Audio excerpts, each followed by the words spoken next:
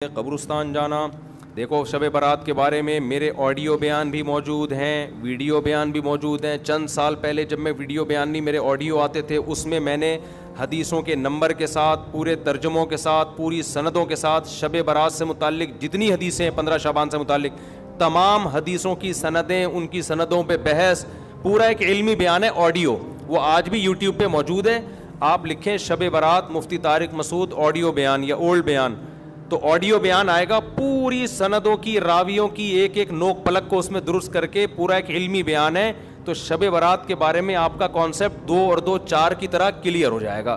سمجھتے ہو کہ نہیں سمجھتے؟ تو اصل تفصیلی بیان تو میرا وہ ہے, کئی سال پہلے ہوا تھا, میرا خیال ہے 2013 یا 12 میں ہوا تھا وہ بیان, آڈیو بیان ہے وہ. تو وہ آپ سن لیں پورے ایک ایک سند حوالوں کے ساتھ, کہ اس میں آپ کو پتہ چلے گا یہ 15 شعبان کی اسلام میں حیثیت کیا ہے. اس کا 2 منٹ میں خلاصہ پیش کر دیتا ہوں. پہلی بات, قبرستان جانا کسی صحیح حدیث سے ثابت نہیں ہے. ایک روایت ہے سند کے لحاظ سے انتہائی کمزور, اور اگر مان لیا جائے تو زندگی میں ایک دفعہ. ہمارے ہاں ہر سال جایا جاتا ہے, اور وہ بھی نبی چپکے سے گئے. ہمارے ہاں جتھوں کی شکل میں جایا جاتا ہے. تو یہ ساری بدعات ہیں. سمجھ میں آ رہی ہے بات؟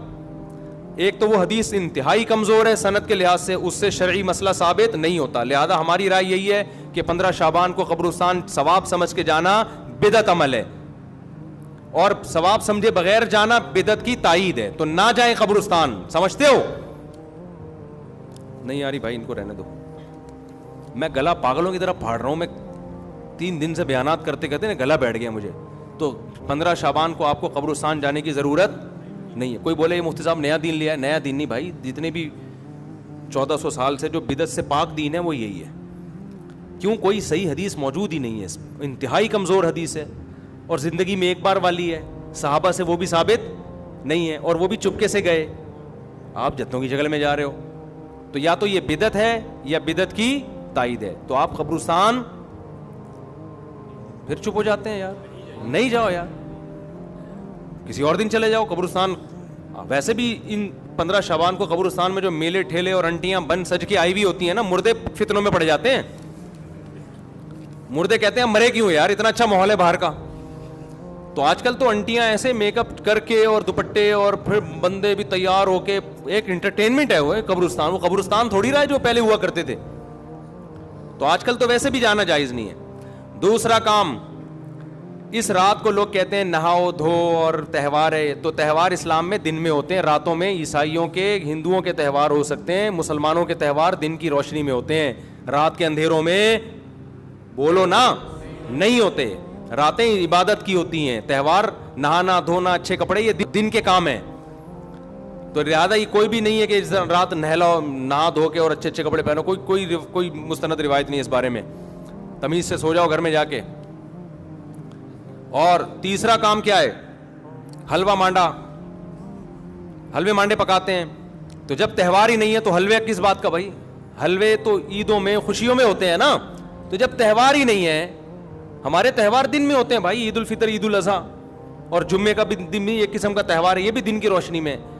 تو آپ نے حلوے مانڈے بھی بولو نا نہیں.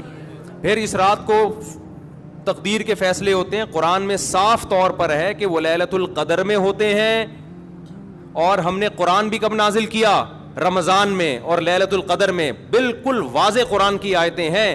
اس کے مقابلے میں جو 15 شعبان والی حدیثیں ہیں جن میں آتا ہے کہ اس رات فیصلے ہوتے ہیں, وہ قرآن کے مقابلے میں جاندار, سند کے لحاظ سے مضبوط نہیں ہے. ان میں اتنی طاقت نہیں ہے کہ قرآن کی آیت کو آپ اس میں ایڈیشن کر دیں.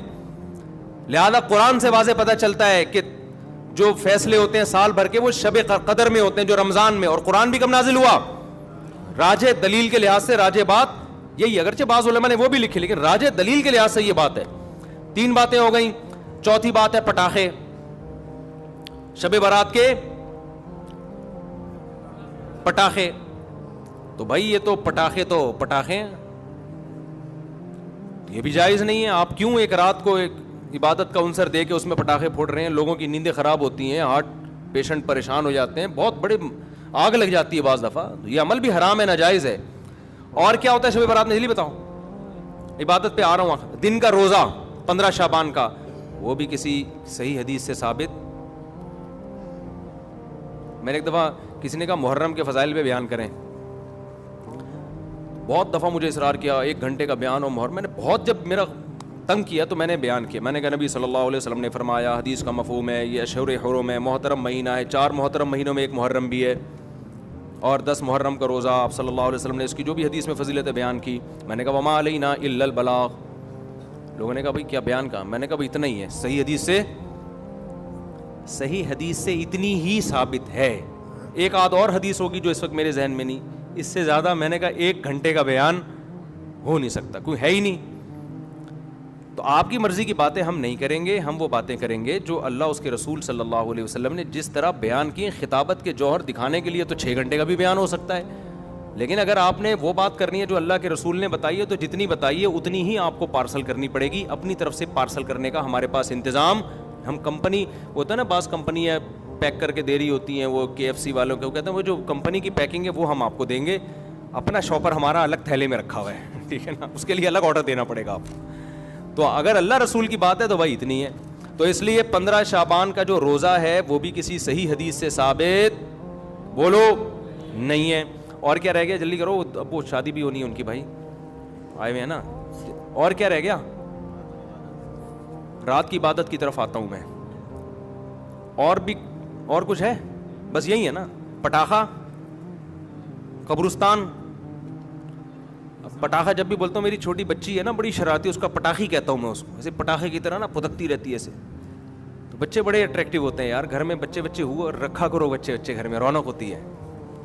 تو ایسے وہ اس کے ہوتے ہوئے شب برات کے پٹاخوں کی ضرورت ہی نہیں ہے ہمیں.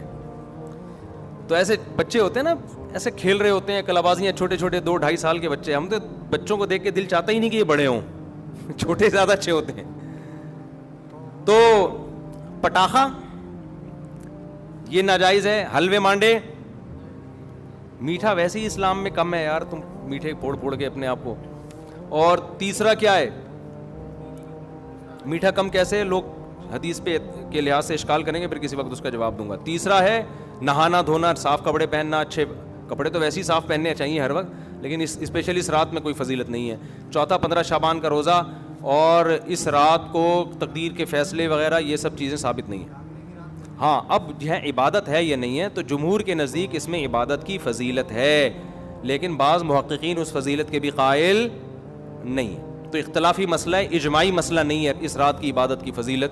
لیکن بہرحال جمہور چونکہ قائل ہیں. اس کے دلائل کیا میں پہلے بتا چکا ہوں کہ میں پورا آڈیو کلپ ایک ریکارڈ کروا چکا ہوں حدیثوں کے ریفرنسز کے ساتھ, راویوں کی سندوں اور بحثوں کے ساتھ.